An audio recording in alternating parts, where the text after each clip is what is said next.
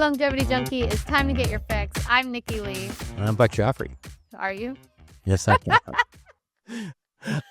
Today we talk with nutritional biochemist and Mimio founder Dr. Chris Rhodes, who will share surprising insights on how mimicking a 36-hour fast without actually fasting could unlock key longevity benefits.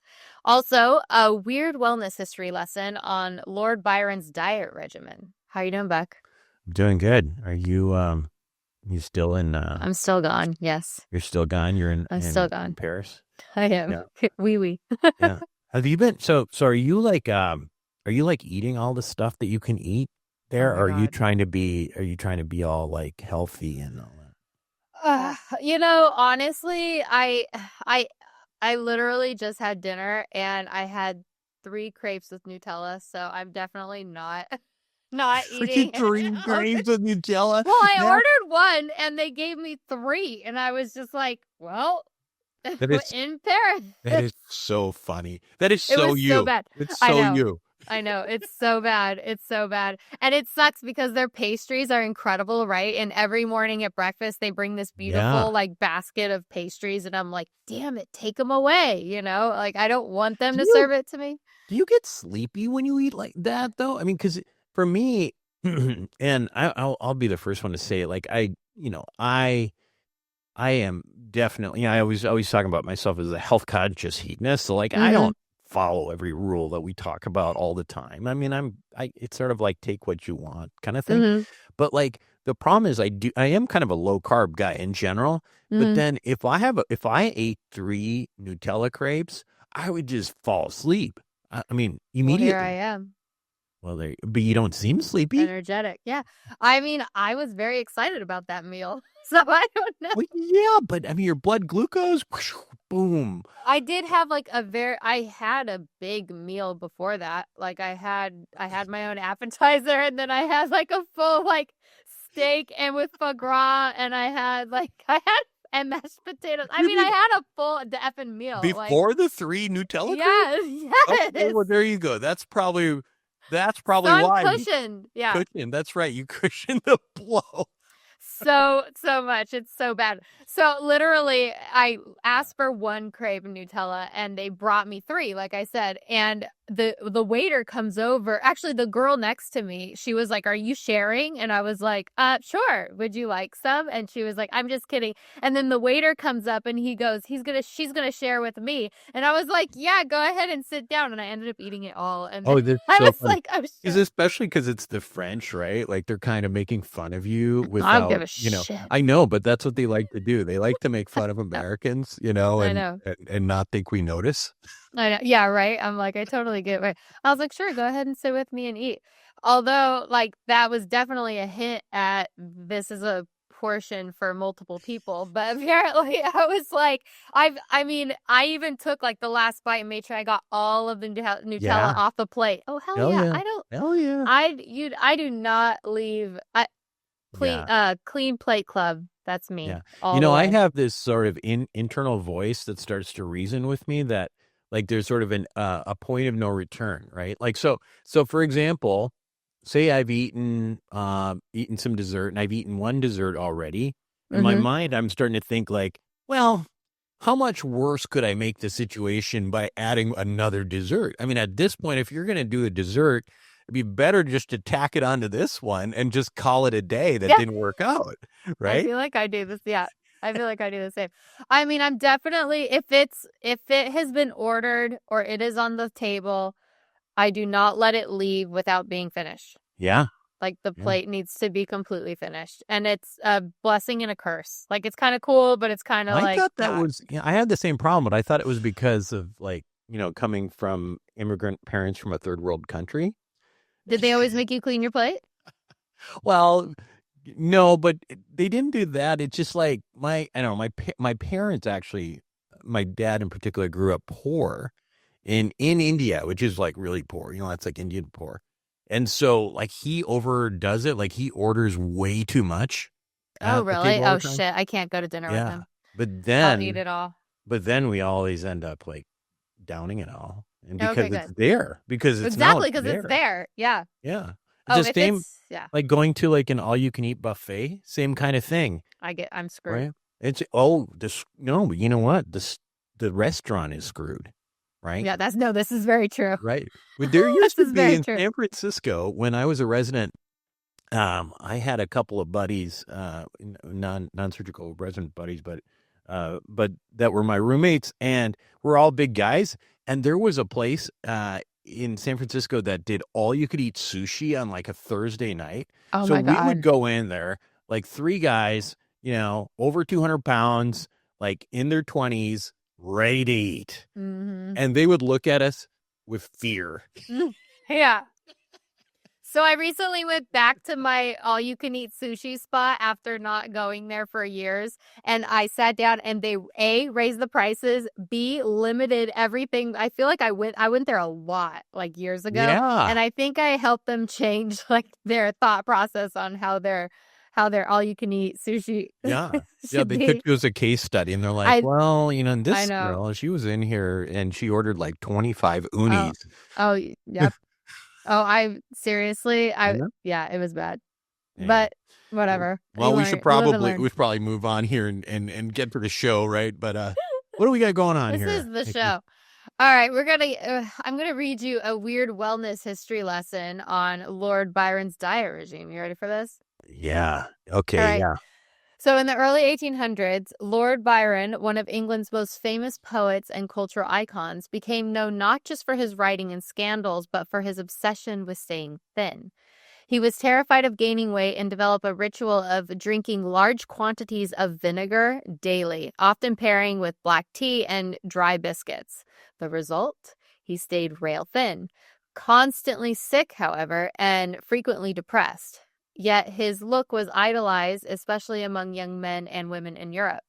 Byron's influence was so strong that doctors of the time actually began prescribing vinegar regimens for weight loss, and the trend spread widely, and what we now recognize as disordered eating was praised as fashionable and restraint.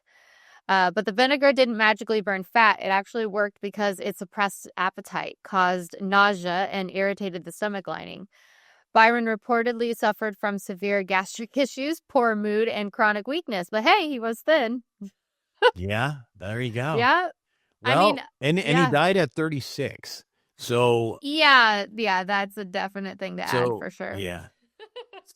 So Definitely high doses of vinegar. I mean, we can talk about the good things, but the bad. I mean, like if he's doing that much, you're going to be talking about, basically burning a hole in his Yeah, that's super in his acidic. That's intestines. crazy. Yeah, ulcers. And then he's all getting all nauseous, so he's probably not even eating, and that's what's causing malnutrition. Right. Tooth enamel erosion. I mean, but then again, I guess he was probably English, and the English teeth Didn't even care. Yeah. they didn't care. They They didn't still care. don't care for the most part, I don't think. Oh, But, ouch! oh, Ouch! Phil's English. Ouch! Phil. Well, Phil's from Our Taiwan. producer. Our producer Phil, he's actually he's Taiwanese. He lives in London, but That's hilarious. but He as hates you you right know, now. there's a good role for it, and we always talk about it we've talked about it in terms of apple cider vinegar multiple times, right? Okay, Phil just pointed out that he's not Taiwanese. Well, what are you then? I thought you were Taiwanese. He's Hong Kong. Kong. Okay. He's Sorry. Chinese. Okay. Sorry. Okay. I just thought you were English. I don't know. For some reason I was thinking about you. I think I was actually thinking about semiconductors, not you. Jesus Christ.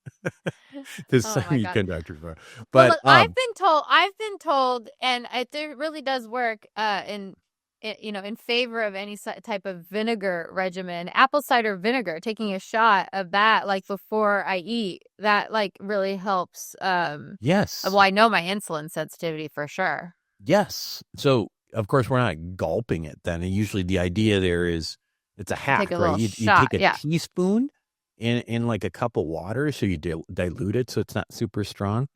And then you gulp it like 30, if you like maybe 20, 30 minutes before a meal. And it definitely blunts your, like if you have something with, that's carby, it's going to blunt that sugar spike. And that's fantastic. I mean, that's a very useful thing to do. And people might consider doing that. I should By the probably way, consider doing that while here in Paris. yeah, especially when you're going to eat 3 Nutella crepes. Shit. I know. And apple cider vinegar has some antimicrobial properties, and it also has some appetite suppression. By the way, it's really any vinegar. We talk about apple cider vinegar, but it's just apple cider vinegar is kind of got trendy, and it probably has some other health benefits to it as well. But so that's kind of that. When I take my apple cider vinegar, I've heard my acupuncturist pointed this out. She's amazing. She said that it's better to do it with warm water, like pour it in warm water and take it. Yeah, I don't know, maybe. Well, I don't want to butcher this, but basically it is better for our bodies to receive warmer foods rather than cold foods, because it takes so much energy for our bodies to warm up the food, any cold food in our stomach. So it takes, like, if you believe in like chi and all that, like it takes too much energy. It takes too much energy away from the centers that might need it in order to properly digest your food. So it's always better to do things with warm. Oh, there you go. Yeah.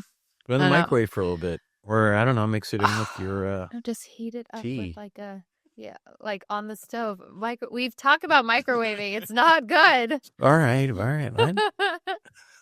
I don't trust microwaves. It's too much. Well, microwaves don't trust you. Good. They don't like you either. At least we agree. All right. Well, let's. What do we got next? What's on deck? We're going to take a quick break, and when we come back, we're diving into the science of fasting without fasting with nutritional biochemist and Mimio founder, Dr. Chris Rhodes. Welcome back to Longevity Junky. It's time for our guest interview. It's The Breakdown with Dr. Chris Rhodes. Chris Rhodes, PhD, is a nutritional biochemist and founder of Mimio, a biotech company developing fasting mimetics to support healthy aging. He earned his doctorate from UC Davis, where his research focused on the cellular pathways activated during prolonged fasting, including autophagy, inflammation regulation, and metabolic resilience. Drawing from that work, Dr. Rhodes created Mimio to replicate the benefits of a 36-hour fast without requiring caloric restriction. He's a recognized voice in the longevity space, frequently featured on health and biohacking platforms to discuss the science of fasting, health span, and the future of nutritional therapeutics. Thank you so much for joining us, Dr. Rhodes. I am so excited. I'm so happy to be here. This is going to be a great time. I know. I've been, getting to know a little bit more of your personality due to your TikTok. So this has been really fascinating already. Yeah, for sure. I became an expert not only in nutrition, but at screaming about nutrition in my bathroom mirror. Yeah. Yes, I did see the bathroom mirror. What's a lot of your settings, which was great though. Yeah, absolutely. It was very much like, original TikTok style, right? We were all just like, yep, selfies in the bathroom. That's the way we go. How old are you? You look so young. You look like you're in like high school or something. We'll see. I know. Are you an expert in longevity? I'm actually 34. Yeah, you're actually 68 years old. All young whippersnappers. Oh, I love this. So at the time of TikTok, you were getting your PhD in nutrition. Was that from UC Davis? That was, yeah. Mm-hmm. Okay. All right. So then what sparked your fascination with prolonged fasting while you were also doing like nutrition? Did that go hand in hand? It did, actually. So my story with fasting, and I guess my scientific story in general, is I got my BS in biochemistry from Loyola Marymount University down in LA, got out, but like a lot of college kids, didn't really know what I wanted to do, what I was enthusiastic about, what I wanted to research. So I took an immunology fellowship at Stanford, where I just kind of started pouring through all the research I could get my hands on, going to seminars, finding out all the fun stuff that was happening on campus, and eventually came across the healthy aging and longevity space, which I thought was really, really fascinating because it's something that used to be like myth and legend, right? Like Ponce de Leon, the fountain of youth, but is now becoming this very, very legitimate and very, very active area of scientific study. So when you're in that space, eventually you come across fasting, because fasting is one of the only ways that we know of to reliably extend lifespan in model organisms. And beyond that, it's also been shown, like experimentally and clinically, to help treat, prevent, or delay most major diseases. And the thing about fasting that was really fascinating for me was that it does all of that without actually adding anything into the system, right? So it's not this superfood or this wonder drug that's causing these effects to happen, but somehow fasting is activating this, dormant longevity bio program, as I like to call it, that we all have inside of us, but just isn't ordinarily turned on. So when that clicked for me, it made me really mad because I was really like, okay, great. So my body knows how to live to be 120 years old and in perfect health, but it's just not doing it. So Well, I that feel like the United States and the FDA and all that stuff restrict us from actually tapping into that magic that's like inside. Yeah. Yeah, absolutely. We're very conditioned from, very early on that it's got to be 3 meals a day plus snacks, right? If you go for even a couple hours without eating, like your stomach starts eating itself and your body starts like, imploding and things like that, right? So, we've been very conditioned to have basically a constant eating pattern, constantly be in a fed state. And that is actually, it's not what we would typically experience throughout our course of evolution. It's very new to, to human biology to have constant access to food, and it's causing a lot of health problems and societal problems, right? So yeah, like fasting especially has kind of been this rediscovery of the science behind it, even though of course fasting has existed for such a long time. And I would just say though, Chris, that as another longevity enthusiast like yourself, and I'm coming at this as an MD. One of the challenges with the whole fasting situation, like when people start talking about fasting, there's so many different ways that people think of, and some are clearly like far more beneficial, some are more controversial. So let's be specific on that, because I think that's one of the problems in the longevity space is lack of sort of clarity on what it means. So when you're talking about fasting, tell us how you see that and what the benefits are of those various types of fasting. Yeah, absolutely. So very, very astute point that there's so many different types of fasting. And even within the scientific research, there's often confusion about like what the terms actually mean. So what I'm talking about when I say fasting are these periods of prolonged fasting. And usually, typically in the literature where you see the best lifespan extension and where we have the most data is surrounding alternate day fasting. So that's, 1 day of normal eating followed by 1 day of, 0-calorie fasting, followed by normal eating, then 0-calorie fasting, and then rinse and repeat throughout an entire organism's life. Other types of fasting, of course, are, the much more common, much more popular intermittent fasting style, which is kind of like 16-8 or 1 meal a day, things like that. Those are the ones that are usually the more controversial, especially in the research and the literature. And that makes sense to me because in those shorter term fasts, you are not actually getting to the stage where you're, really entering into actual fasting. Is it like you're just kind of entering into autophagy, but not maybe getting the clear, like full circle benefits or something? So I would say that at any point in time before around 24 hours of 0 caloric intake, you're probably not entering into any kind of meaningful autophagy. Okay. And that's because the way that the body operates is once you stop, taking in food, it's going to still preferentially want to utilize glucose.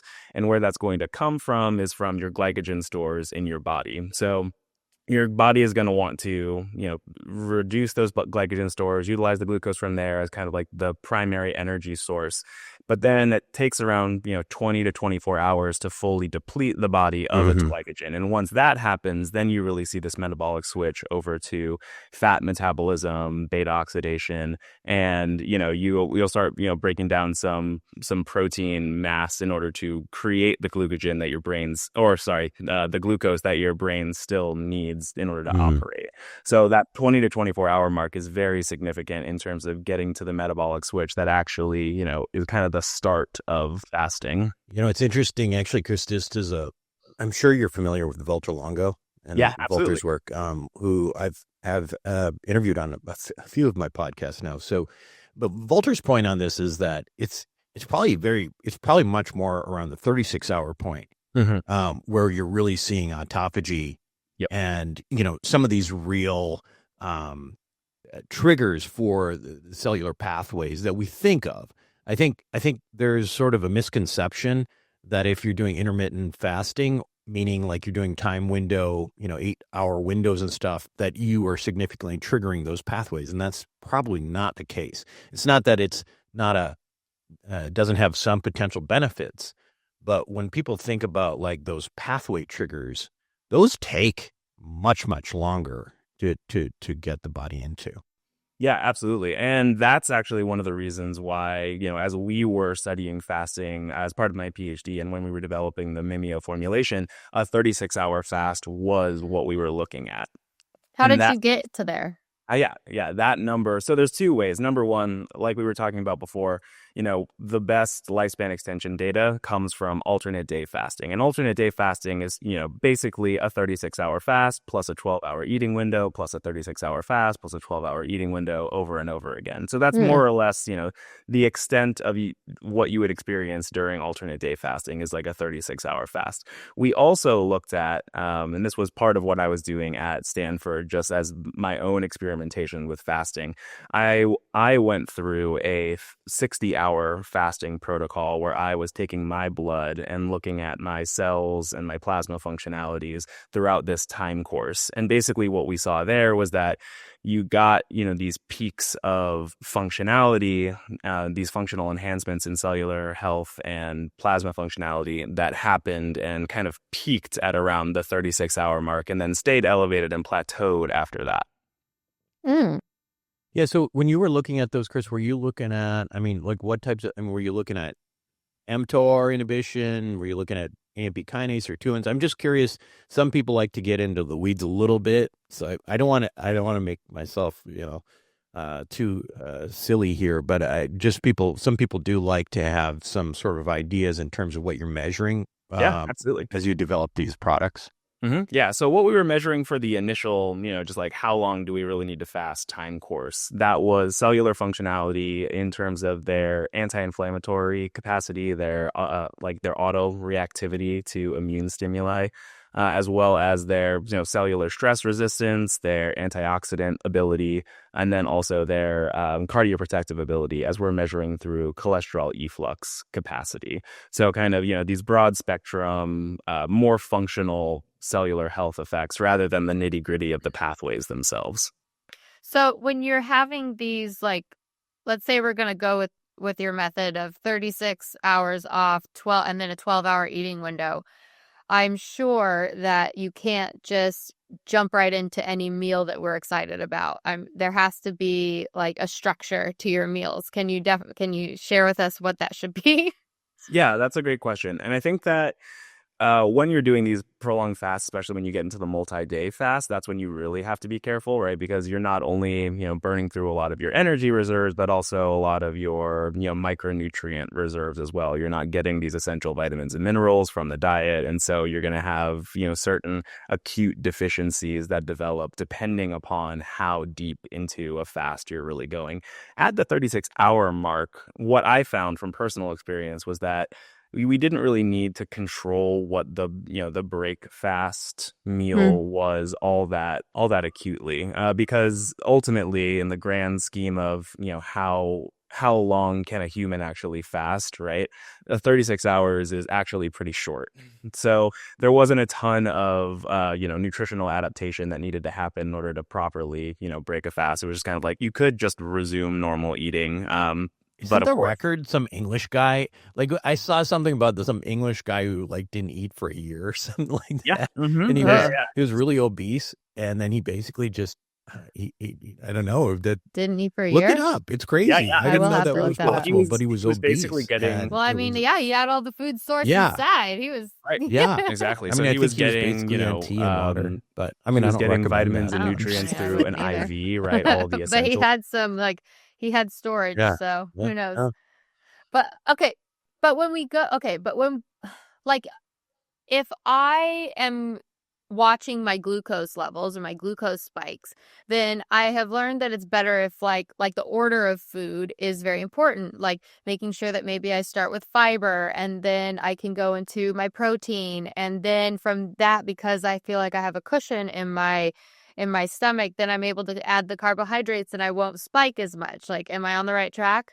Yeah, Okay, absolutely. In right. terms of controlling glucose levels, for sure. Yeah, if you But can. isn't that important? It is yeah, I mean it definitely is to a certain extent. I like what happens a lot with a 36-hour fast, right? Is you are going to get this increase in insulin sensitivity, right? So you're going to have better glucose control coming out of that 36-hour fast than you Okay. otherwise would, because your metabolic plasticity has really been altered within that 36 hours of fasting. So, you're going to have better glucose control for whatever that, again, break fast meal is. But of course, also as a nutritionist, I would Yeah. say, yeah, people should be eating healthy, right? Like I wouldn't necessarily recommend your first meal to just be like a bowl of sugar, No, of right? course. Right, right. But would you recommend it to be like, I don't know, the whole food pyramid per se, or would you say, oh, let's focus on, vegetables and protein, or like, is there a little bit of a magic meal for you? Yeah, I would say that. I mean, I think like a great meal to break a fast was like a similar meal that I think is really good for a hangover, right? When it's like your body's been depleted of a lot of these essential like vitamins and minerals, you kind of got to like refresh. So Uh, Del Taco and Taco Bell. Perfect. I'm just kidding. Perfect. Plus, nutrition approved. Yeah, so I actually like doing this with like a bowl of ramen, right? Because you Oh, get like the rich broth that's going to rehydrate you. It's going to have those electrolytes. It's going to have a lot of these, essential vitamins and minerals like B vitamins and things like that. And you'll get your MSG, right? You Yeah, get you your get your MSG. MSG. That's right, protein. It's all good. people are going to be so confused with We this. love amino acids. And you do usually have like a protein component to ramen, right? There's going to be like a Like poached egg yeah. or like some pork or something like that, and then you're going to have like a good starchy base that'll help re-increase your glucose levels, but not spike them too high, because you have other fiber components that are coming in from like vegetables and whatnot. So that's kind of both I think a very good break fast meal, but then also a very good hangover relief meal. Okay. All right. I'm hearing you. I'm going to become like a very frequented ramen person at a local ramen I store don't near know if me. that was the right message. I know. To go to I don't know ramen. if the right message to take away I from mean, this. whatever. We can go into other. Listen, if someone tells me a meal that I should be eating, then that's the problem with me. I listen to the tea and I'm like, okay, what exactly should I be eating? But okay, so with this, you coined the term fasting mimetic, right? Okay, so and in plain language, where people can kind of more understand, how does a chemical replicate the effects of a 36-hour fast without actually having a caloric restriction, Yeah, which means not eating? Yeah, it's a very, very good question. And so I'll caveat all of this by saying that the Mimio formulation does not replicate the energy restriction portions of fasting. Mm. What we are doing is, what and how we designed the formulation was from clinical research on what happens in the body during a 36-hour fast. And basically what we saw there, we had, 20 people come in, 10 men, 10 women, to avoid a gender bias. And we looked at them at the baseline state, a typical, overnight 12-hour fast. And then we looked at them at a 36-hour fasted state. And what we saw was that when people fast for 36 hours, there's a lot of these, plasma functional enhancements, just like we saw with me. So their cells became, more anti-inflammatory, more antioxidant, more cardioprotective. They had better metabolic markers, all that fun stuff. And that's really rare in nutrition research, to take already young, healthy people, put them through a single, 1-day intervention and basically turn them into super people. So we really wanted to know, all right, what's happening here? Like what could be in the plasma that's causing these beneficial effects to occur. So we did what's called comprehensive metabolomics, basically looking at all of the small molecule components of the plasma. And what we found was that there were this unique set of metabolites that were elevated that were only really produced during that 36-hour fast. And when we screened through those molecules, we found this synergistic combination of 4 of them that when we put them back onto human cells could recreate the benefits that we were seeing in our in our actual clinical work. So basically these molecules could recreate those same anti-inflammatory, antioxidant, cardioprotective effects in human cells. And then because we were really interested in longevity as well, we took that formulation and did C. elegans lifespan extension studies with it and saw that we could get 96% lifespan extension just through supplementation with these molecules. So Wow. these really powerful synergistic effects. And to kind of, put that in a little bit more context, right? If you're looking at something like rapamycin or metformin in that same model in C. elegans, rapamycin can extend lifespan by something like I think it's 30%. Metformin is somewhere more in like the 19 to 20% range. So you have this combination of these, natural molecules that are produced by the body during a 36-hour fast that are outperforming these longevity drugs within this model. Well, let me ask a little bit more about that. And I will preface this by saying I hate the word natural. I have to tell you that. It's a fake word. Because that's a buzzword that it's a fake word. rapamycin is actually natural, right? So anyway, so let's ask you this though. What products are those that you're seeing that are actually creating that effect? And then what specifically that mimetic effect? And then again, if you wouldn't mind, just tell me again what you're using to follow that. Again, what are the outcomes that you're tracking specifically? Yeah, absolutely. So number one, the formulation itself, the molecules that we identified that are, upregulated during a fast and we use as fasting mimetics, that's nicotinamide, spermidine, palmitoyl ethanolamide, and oleoyl ethanolamide.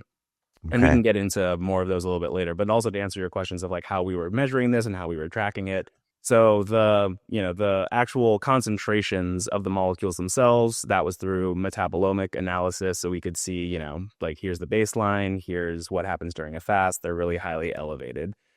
From there, we then would take the individual molecules and put them on what we call ex vivo modeling techniques. So basically taking cells from humans, putting them on a plate, adding human plasma to them, and then stimulating them with, various challenges. So for one of the assays, it was a autoimmune challenge. So we use citrullinated fibrinogen immune complexes to essentially stimulate an immune response, and then measured their levels of cytokine secretion as a way to see like how responsive to the pro-inflammatory response were these cells. Yeah. And so then, if you have lower cytokine secretion, then they're less reactive, right? For the antioxidant one, kind of the same thing. Cells on a plate, then we expose them to a pro-oxidant stimulus, and then we measure the amount of reactive oxygen species and the amount of oxidative damage that's actually happening to the cells. So the lower damage you have, the higher you're getting this antioxidant effect. Or cholesterol efflux capacity, that is taking cells, putting them on a plate, loading them up with cholesterol, then adding in human plasma along with the molecules and seeing how well the plasma can pull that cholesterol out of these lipid-loaded macrophage. And that's important because that's essentially the same system that your body uses in order to reduce formation of arterial plaques, right? So if you have better cholesterol efflux capacity, that means that your body is really good at helping to reduce plaque formation and get the cells out or get the cholesterol out of these cells. So those were the 3 primary cellular assays that we were using, and those are the outcomes there. So those were all laboratory, though. Like those were all. Nothing is in animals or humans or anything like that. So yeah, for the original discovery study, that's correct. Since that study, which was back in 2018 around, that then we've done 3 different clinical studies with the full Mimio formulation. After that, looking at various X, Y, and Z biomarkers. But just for the original discovery study, it was in human cells and it was in the C. elegans. Okay, so you kind of just told us about like the molecular targets, but there's for your Mimio's approach, but there are other like fasting inspired supplements on the market, and I'd love for you to help differentiate the way that Mimio's approach, or approaches this rather than everything else on the Yeah, market. absolutely. So Mimio, we are the only biomimetic supplement company. So basically what that means is we are studying human biology in these interesting states, whether that's fasting or exercise or sleep or meditation, and basically Hmm. trying to decode what happens in the body during those states and so that we can recreate those benefits on demand. So Mimio's Hmm. approach is really by, we start with human clinical research and we're really just trying to, redesign biology and put it in a on-demand format, essentially. So no other company out there is doing the kind of research that we're doing or, finding these synergistic effects between the molecules, doing this kind of pharma style target screening and selection of the formulation like that. Wow. Have you incorporated Mimio into your own regimen? Oh, oh yeah, for sure. He's like that. It's longevity. Well, see, I'm actually a very selfish founder, right? I'm like, Oh, I well, love it.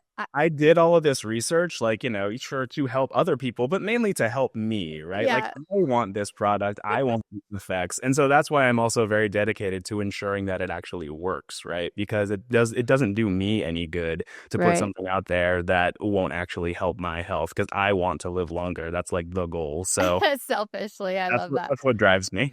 So what changes in like your biomarkers, your energy or mental clarity have you seen since taking your product? Yeah, there are two main things that I've noticed and that a lot of people also notice, especially when we do the clinical studies and look at the biomarkers and all that fun stuff. But basically for me, the palmitoyl ethanolamide that's in the formulation, the PEA, it's an endocannabinoid and essentially stimulates through CB1, CB2 receptors. So it's kind of like your body's natural CBD. Getting So a little Hmm. there's runner's high. Is that what you're Oh, doing? yeah, Kind a of? little bit, kind of. Yeah. So you Hmm. have this kind of like mood elevation that happens. You have this cognitive enhancement that happens. But also, PEA has a really, really good clinical history for pain relief as well, because it's also a Oh. COX 1 and 2 inhibitor. So it's like not only working like CBD, but it's also working like ibuprofen, but your body's natural form of it.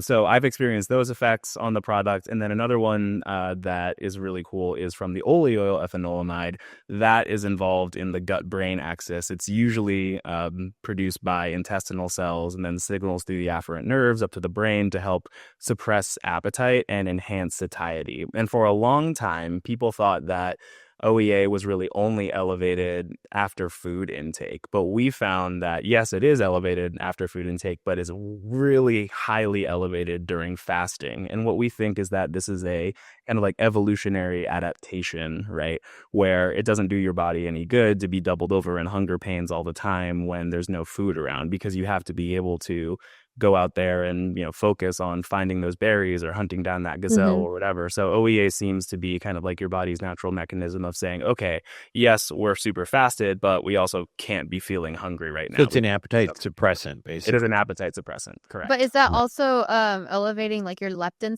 sensitivity?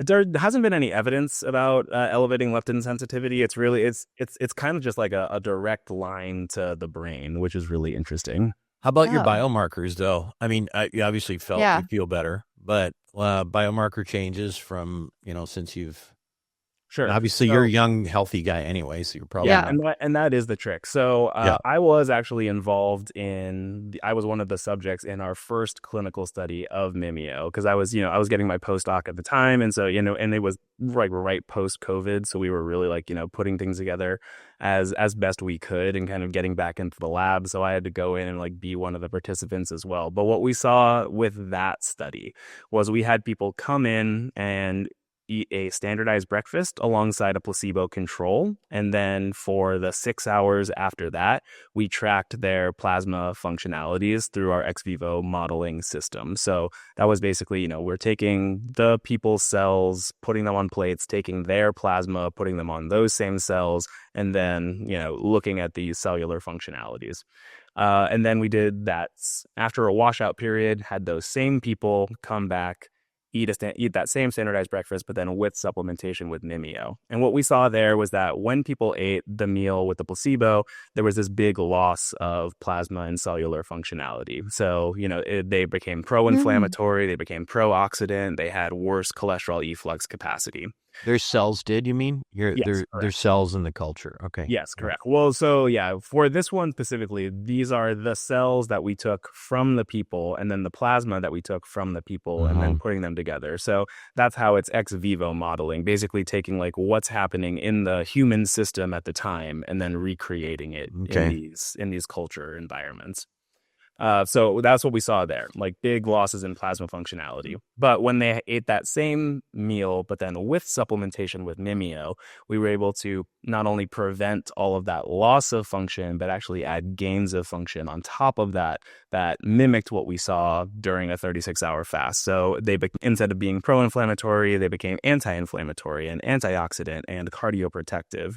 So, really kind of recreating these fasting-like benefits even during a meal. And that was our first, pilot clinical study. And so that's kind of what happened to me as well. I got to, again, see how my cellular functionality changed both during a fast and then with Mimio. So again, we had Walter Longo on, and we talked about his fasting mimetic diet. Sure. Prolon. What are your thoughts just in terms of where, like, if you were this is do you think of this as a replacement for fasting or the fasting mimetic diet? Do you see this as a something synergistic? How do you see the product as it relates to the actual fast or fasting mimetic diet that Walter has? Yeah, absolutely. So I typically use Mimio as a fasting enhancer because, it's designed to mimic the effects of a 36-hour fast, right? So, we found when we were looking through the actual data that these molecules were not super elevated until you got to that 36-hour mark where they're like really highly produced in the system and exerting a lot of bioactivity. So if you're doing a shorter fast than 36 hours, which, most people are, right? Mm-hmm. Yeah. Then this can be really helpful for kind of jump starting those benefits, giving you benefits that you might not otherwise achieve during these shorter term fasts. And then also helping to make fasting easier because of the, mood and cognition effects and then the appetite suppression effects as well. Yeah. So that's typically how I like to use Mimio. So you'll do it like during your 36, you'll do a kind of. Yeah, I've actually transitioned to a 1 meal a day program because that's what I found like really fits my lifestyle, right? Okay. So I'll take Mimio in the morning along with some green tea, kind of, jumpstart that process, get those appetites. Are they pills or something? Yeah, 2 capsules. Okay. 2 capsules. Okay, so you take it with your green tea, you said. Yeah, in the morning and then, go throughout my day. I'll work out in a fasted state and then get home and then basically decompress from there, right? So it's very much like a productivity window over here and then a relaxation window over here. So my 1 meal a day is kind of like my big food reward. And that's how I like to do it. But we, in our latest clinical study, this was a randomized, double-blind, placebo-controlled study where we looked at 8 weeks of supplementation with Mimio versus a placebo without, any diet or lifestyle changes at all. Just people eating as they normally would. The only change is taking the supplement. And what we found there was that, we have this really powerful effect on appetite suppression and hunger control across multiple different metrics. So probably safer than Ozempic. Yeah, definitely safer than Ozempic for sure. And without the the hunger withdrawals that happen when you come off with Ozempic. We actually have some people who are some clinicians that we're partnered with who are using Mimio as a way to help wean people off of the GLP-1 agonist. Oh, here we go. Suppression effects.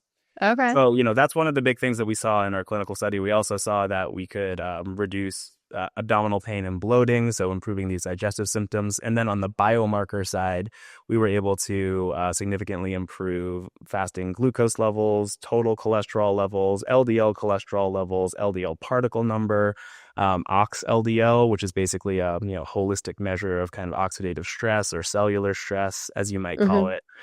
So really, helping to create these, fasting-like metabolic benefits, giving you those appetite suppression effects, helping with, digestive symptoms and reducing inflammation and things like that. Now, are there any side effects to this? So the only side effect that we really heard from people is some folks do have a genetic sensitivity to niacin metabolism, right? So if you're taking any NAD precursor, whether that's nicotinamide, like what's in Mimio, or nicotinamide riboside or NMN, if you're sensitive to those molecules, you can have some GI discomfort that happens. Just kind of, it sucks, but it's just kind of the thing that happens. And that doesn't apply for everyone. It's just like a small percentage of the population that actually has that sensitivity. But if it's there, it's there. But otherwise, we haven't documented any side effects or adverse events with Mimio. Now, I had another thing, because you said that in order to not have gender bias or anything like that, you had male and you had female. Did you see any differences between those as well?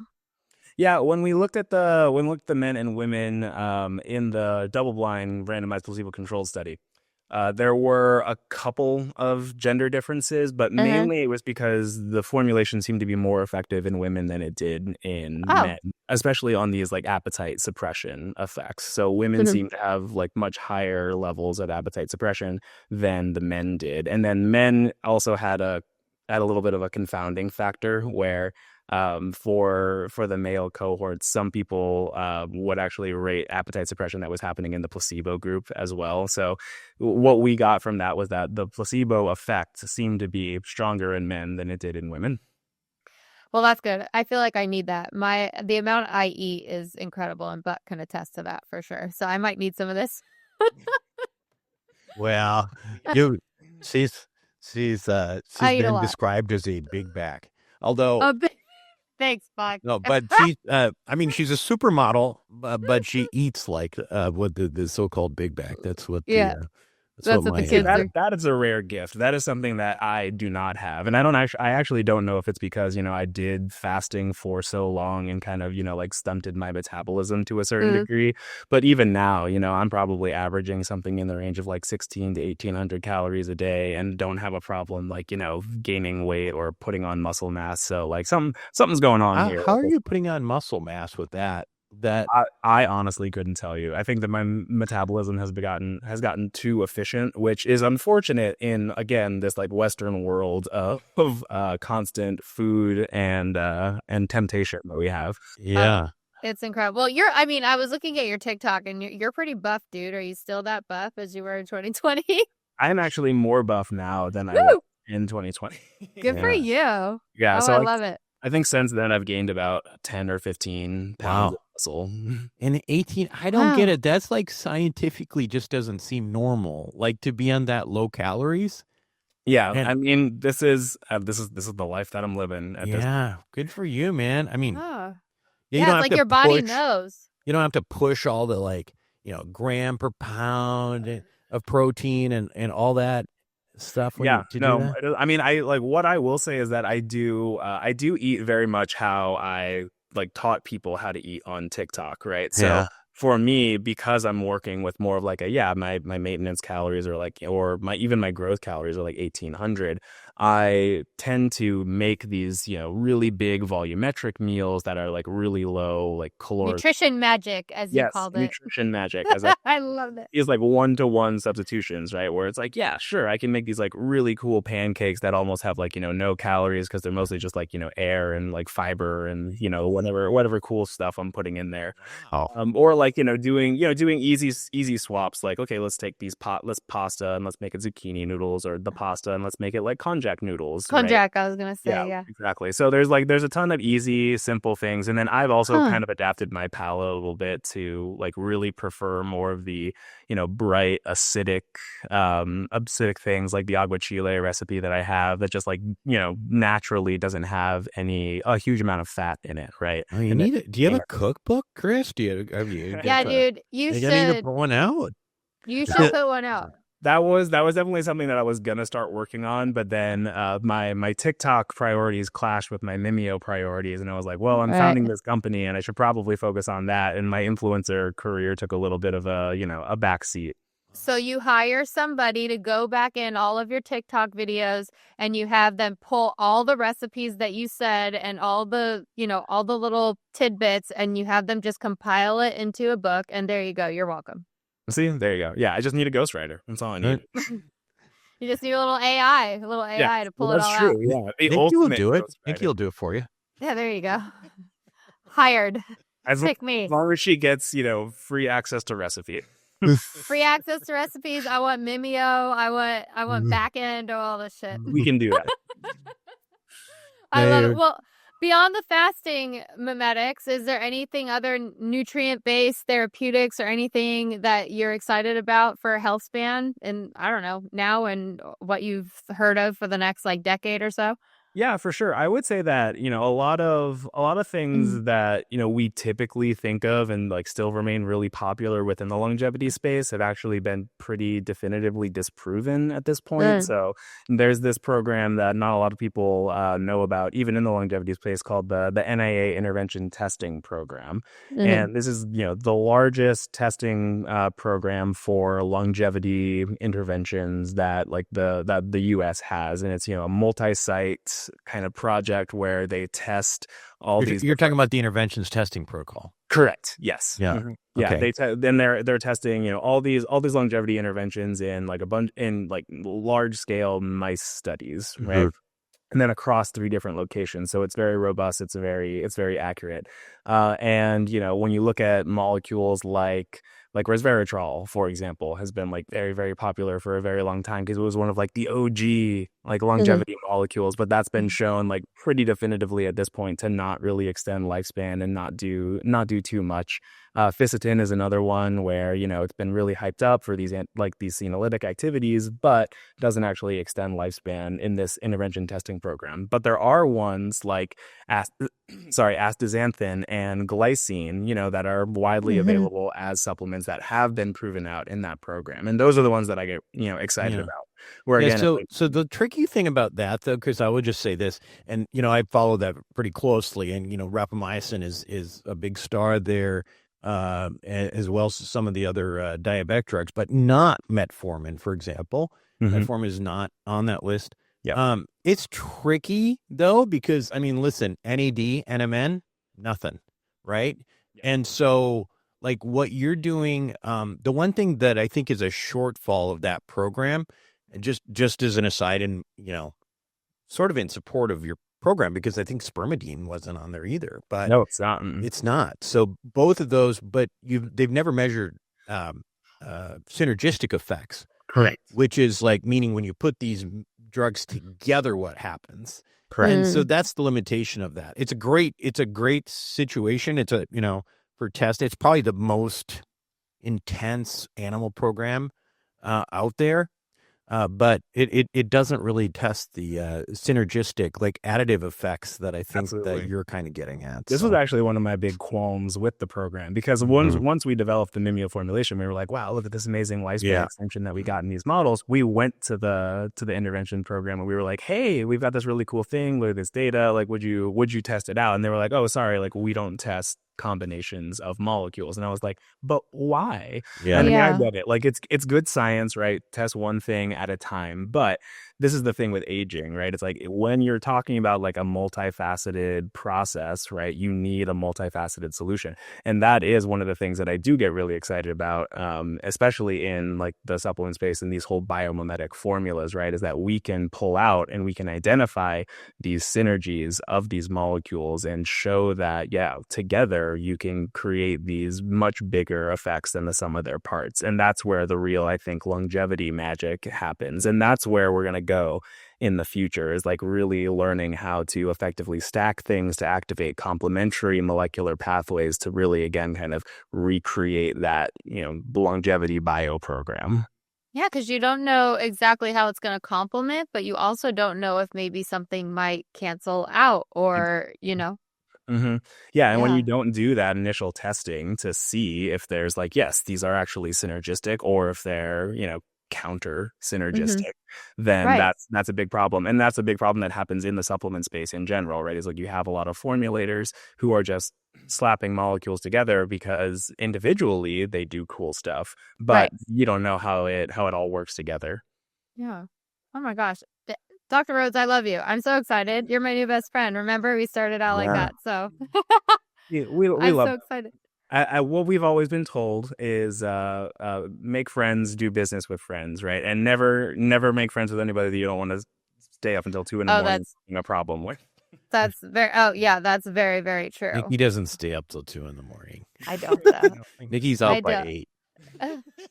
I do. I have to work out. I have to do my thing. But I'm really excited to learn about Mimio because I honestly, before this, I really had no idea. And it sounds remarkable and exactly what I'm kind of looking for in my own daily routine.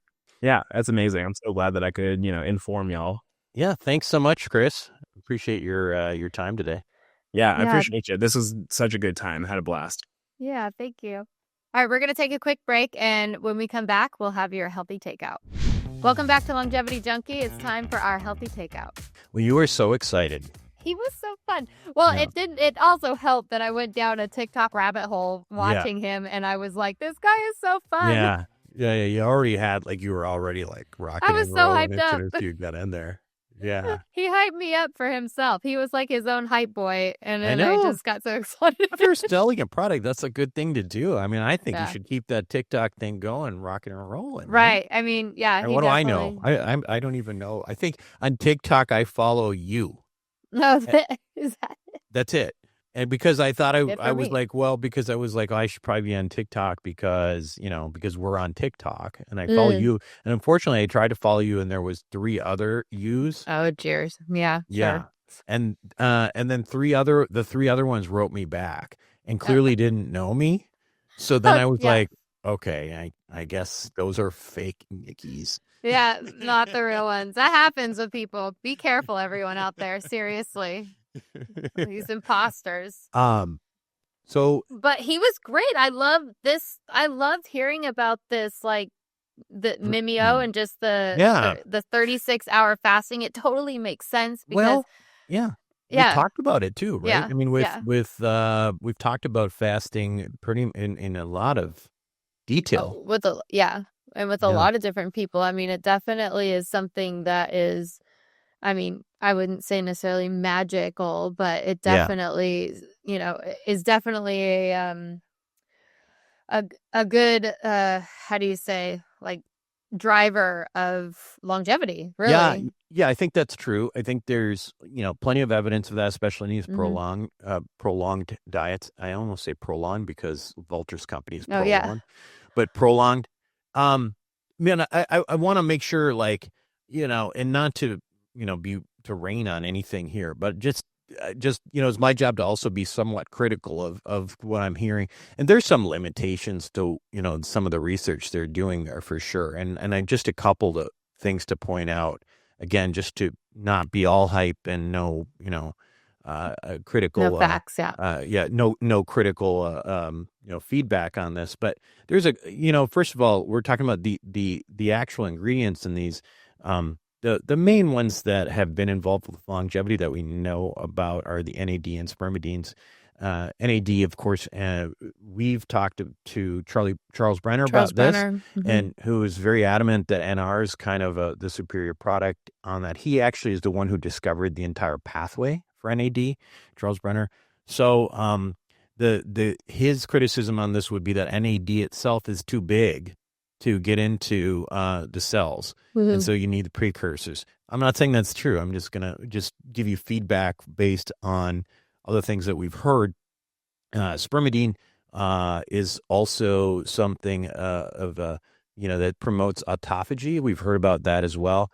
And I actually take spermidine as well, and I take NR. So I pretty much kind of take what's in Mimio's active ingredients as well, because the other ones are endocannabinoids, which I think are going to make you feel better, anti-inflammatory, but I'm not sure that there is a role specifically that's been laid out for longevity in those. So the other thing is just on the types of testing they're doing, it definitely has its limitations. He described it as ex vivo, which is basically taking, cells out of people and then seeing how they respond to these stressors and stuff. You're basically cutting out all the feedback mechanism, all the hormones in the body, all of the other issues. So it is very limited. So that being said, I'm not attacking the product at all. Listen, there are obviously the two of the major products, I'm already sort of taking one form or another myself already. But yeah, I mean, the entire concept of longevity supplements are based on fasting. I mean, that's where all of these things really got their start. So, anyway, I don't want to be sort of the Debbie Downer here. So what's Jesus, Buck. I know. I just want people to see how you really are. I'm just I kidding. I just feel the need to, be Mr.